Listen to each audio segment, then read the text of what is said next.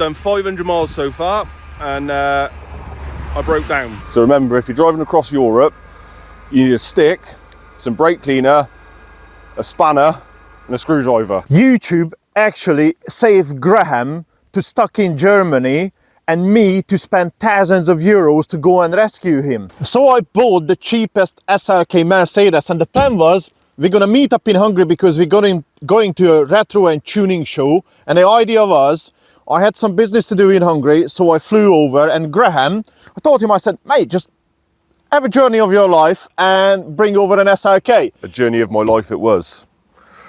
So what happened, mate? Well, we'll start from Belgium, I think. It hammered down with rain, couldn't see the road, and had a slight accident with a curb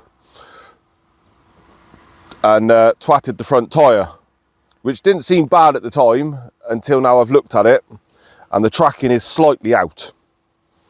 So the tyres are now down to the cords. Then I went to Barmholder, stayed there the night. Following morning, the car decided it didn't want to go. So I thought it was the immobiliser. So I've got the 2 keys, the cards, everything. Kept messing around and all of a sudden it fired up. Happy days. That's when you rang me. That's when I rang you the first time. So, hunky-dory, drop down into the petrol station, fill up with fuel, starts climbing up the hill, cuts out. And that's where it all went pear-shaped. I've done 500 miles so far, and I broke down. So I've just spent the past 3 hours trying to sort it. I had a bit of a Google on it. Problem I had was it just cut out and would not start. Engine fan kicked in. So I'd done this when I got in it first thing this morning, but then it started up.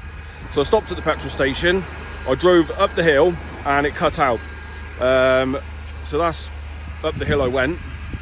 So I then had to reverse it back down the hill to this little lay-by. So I've been messing around. Now there's a garage, there's a car dealership just here. So I've been messing around with it, and on YouTube it says that it's this K40 problem. So anyway, I've got round to I've took it apart, found 2 dry solders. Took it over to the guys round there, 20 euros later, soldered it up, lovely jubbly. Plugged it back in, it still didn't work. So, what I've now done is I messed around a bit longer and I still kept going back to this relay.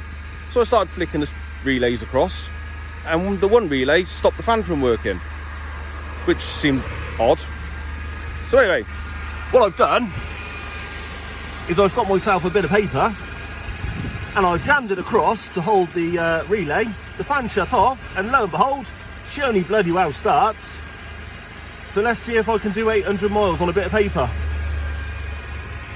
We'll see you soon. So just to let you know, Barmholder, where Graham went, and my location was 800 miles apart, 1,300 kilometers. So it wasn't like I'm gonna just drop in and rescue him, because it take me best part of a day's driving just to get there. So it wasn't an easy task. After a phone call later and a bit of a stress in the morning, stress for both of us. Yeah. So what happened, mate? What? Can you show us what was the crack? Right, so it was a bit of a faff. After standing staring for a while, I got to get a tool at the boot. Tool? What tool? Well, I've started with this tool. Right. It's not to jack a car up. So this tool is to hold the bonnet up. To what? So this is my bonnet stay.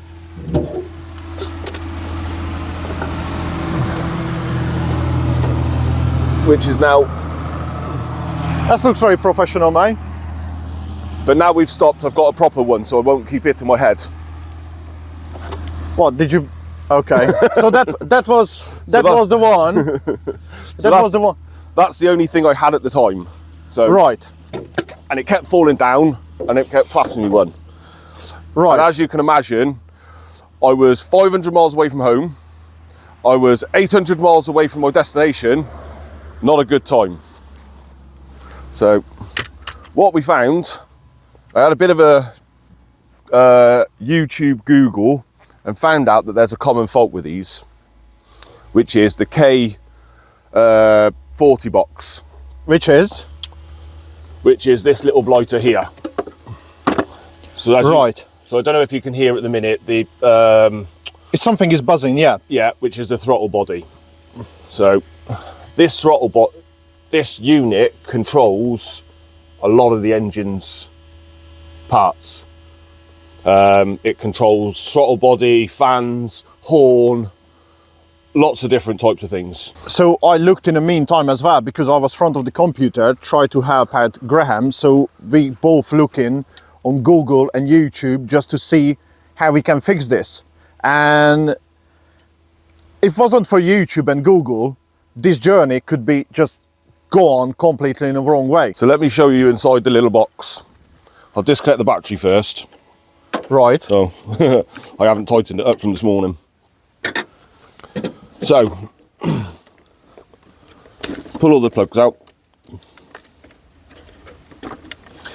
Because this seems to be like the blue death for a Windows, really, isn't it? This is the same thing for this Mercedes. Yeah. What I read about it since, because it's... Yeah, and bearing in mind I haven't brought no tools with me. I got a screwdriver, I found a spanner, and that's pretty much all I've got. So I managed to undo the Phillips screws off the top of this cover with this, and pop the flat. Yep, and pop this little bad boy open. Right, so this is the K40 unit. So this is our bits and pieces. So bear in mind, I know all the story what's going on with Graham, because he keeps sending me photos, and we try to locate the problem and try to solve it. And we're going to show you the unit now opened up. This is all plastic covers off, and as you can see, it's a board full of relays, Yeah, so and soldered parts, a couple of fuses. What I can gather, this is like the main in.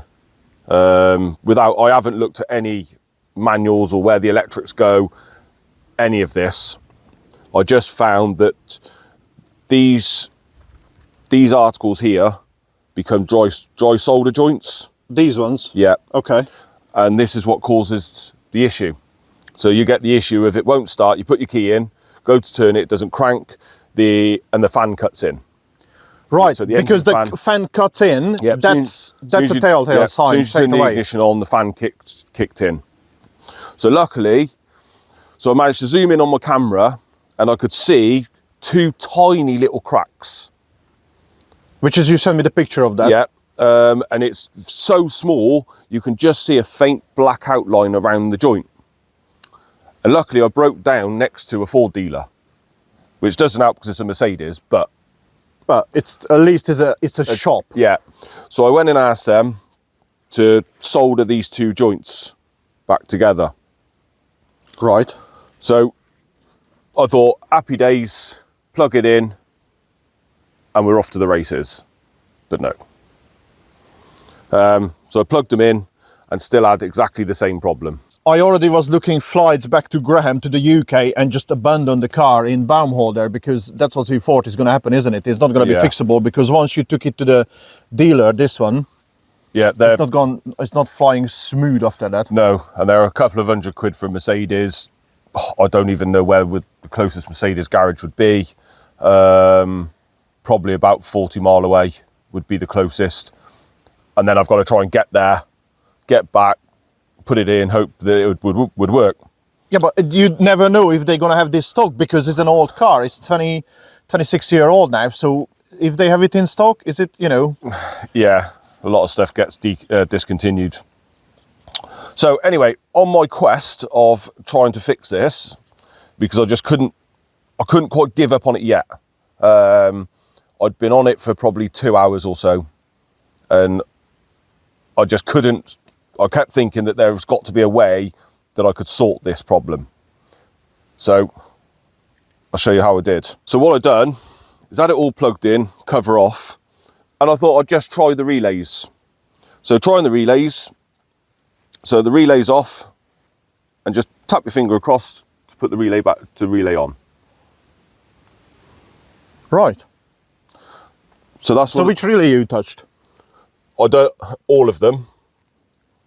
So I touched the one, scared the shit out of myself because it was the horn.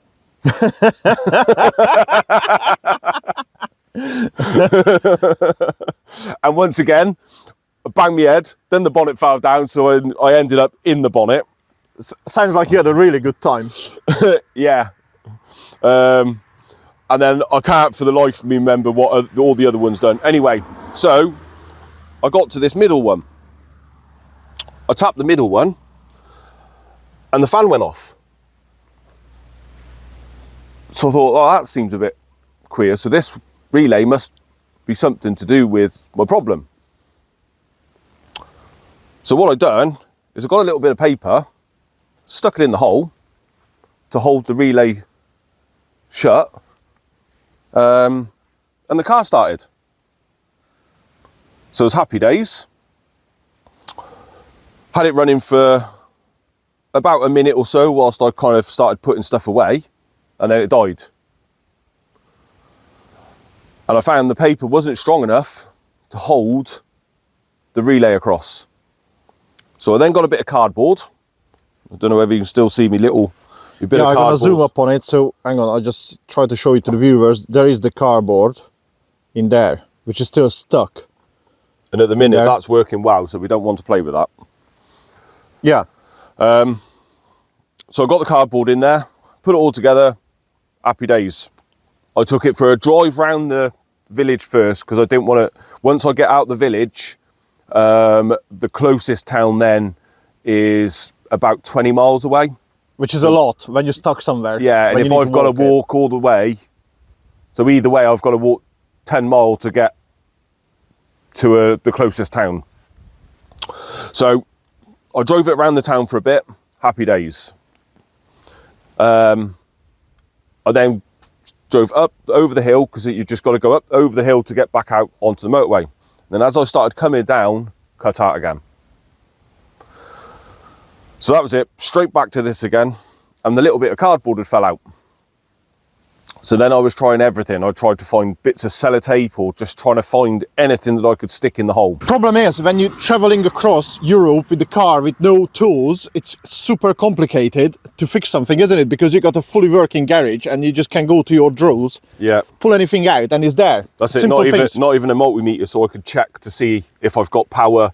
So if I had a multimeter, that would be, if I knew that I had an idea that that would be the problem, I could test each one individually and find which one hasn't got the power to it. And I could have just gone to the guys and said, can you solder that one?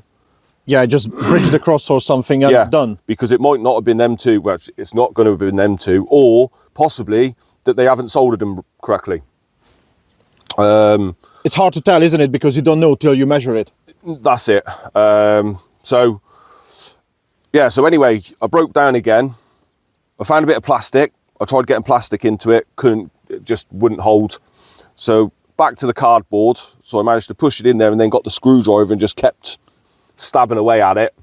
And it's lasted, what did I say, 800 miles? 700? Yes. 800 miles. 800 miles. It's lasted. But there is another catch. So that 800 miles wasn't really 800 miles, because a few hundred miles later... Yes. So I bit of a problem. Yeah, so I stopped at my next stop. So I stayed there the night, disconnected the battery because I knew that other parts were running whilst the key was out. Got back in the following morning, wouldn't start. Exactly the same problem as I had, but the fans didn't kick in. So I thought maybe it's because I've had the battery disconnected. I thought it'd be a demobiliser. So 5 minutes of messing around with the immobiliser, on, off, lock doors, up, lock doors, and everything else, still wouldn't do anything. So I went back to this unit again, and I unplugged the big plug. Which is this one in here? This one here. Right. So as soon as I unplugged that, the fans kicked in. Plugged it back on again, and it started straight up. So at somewhere in this unit, it has to be powered down to be powered back up again to get it to start. And let's show the viewers what's happening now. We parked up for 10 minutes just to show, you know, because you're not recorded this because you was on your own and stuck middle of nowhere. It might do it now. I'm not sure. So let's put it back together and see. Let's see what's the real occur which has happened 500 miles away from your destination.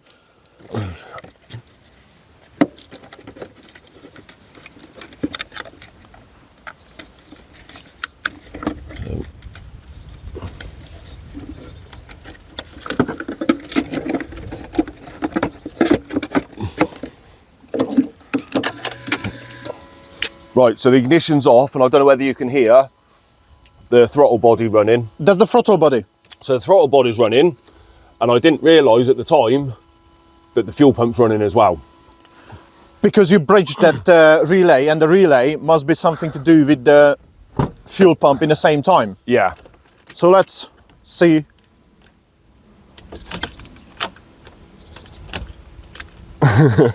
Is it doing it again? Right, starting procedure. Ignition on. By the way, guys, this is not going to be edited now for a purpose, just to see what Graham went through. So middle of nowhere. This is the plug. Right. Fan kicks in. So the ignition's on. Yeah. I'll just show you guys. I probably can hear it as well. Yeah, so then pop the plug back in. That switch is off.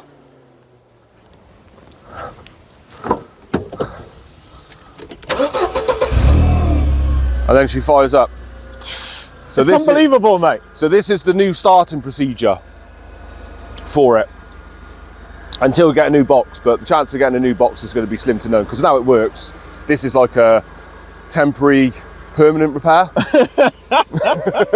So if any of you occurred with this K40 relay problem, Graham is a solution. I mean, he went through a bit of a hustle to get to that. But so one other fault with this, with our temporary fix over there, is that I found out the fuel pump's running.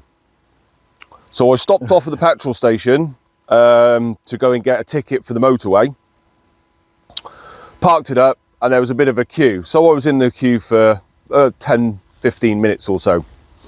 Thought nothing of it, thought the car's happy, it was all running when I left it. Jumps back in the car, turns the key, and it just winds over. It just wound over and over and over. So what it had done, whilst I was happily waiting in the queue, it flooded itself. Which is what's happening right now. So yeah, so if you can hear it. Yeah, so if we go back, because we're on a mic, so it filters up. But if you can, guys, hear this, the throttle body, it's actually buzzing quite loudly. I'm not sure how much you can hear through the mics, but so that's what's happening. It's running the fuel, I think the fuel pump as well. So whilst we left it for, or I left it for a good 10 minutes, it chucked some fuel in the bores, flooded itself, and then I'm back to square one. It won't start. So luckily, Boris had left a kind of brake cleaner in the car. Which was purely by an accident, because when I do my barn finds, I use brake cleaners to start the spray into the carbs. Yeah. So luckily there was a tin of that in there. So pop the air filter off. And because the car, as soon as you turn the ignition, it will try and start it, it starts by itself. So you can let go of the key and it will carry on winding over. So it gave me enough time to get round then and spray some brake cleaner in. And then she fired up. And then after that, I did not switch it off. Even filling up with fuel, going to the garage, I just didn't trust it.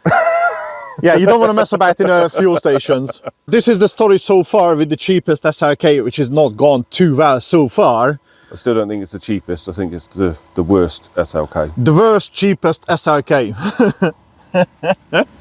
How much? Well, you know what you can get for 490 quid. Push bike, it'd be more reliable. Or just a ticket.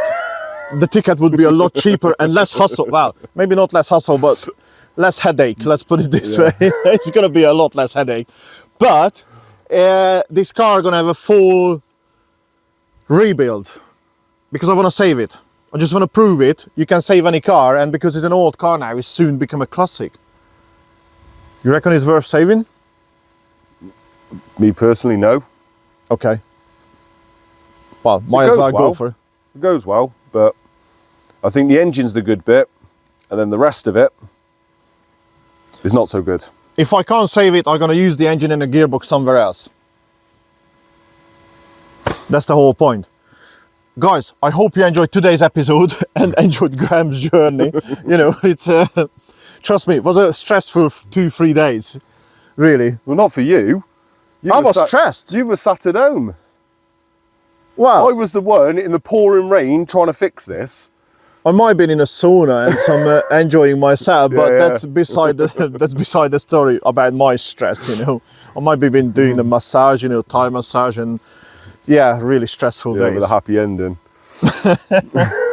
So we're just back in the car, and guess what?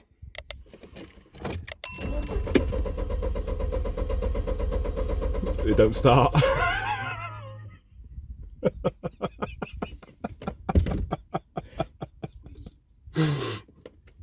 Well, I can show you how to start it. Right, so for real now, occurring problem again.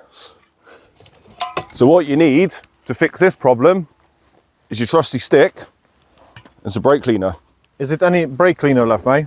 I hope so.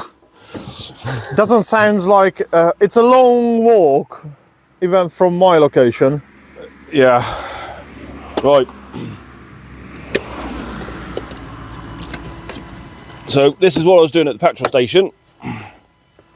Right. You want this to go wrong, really?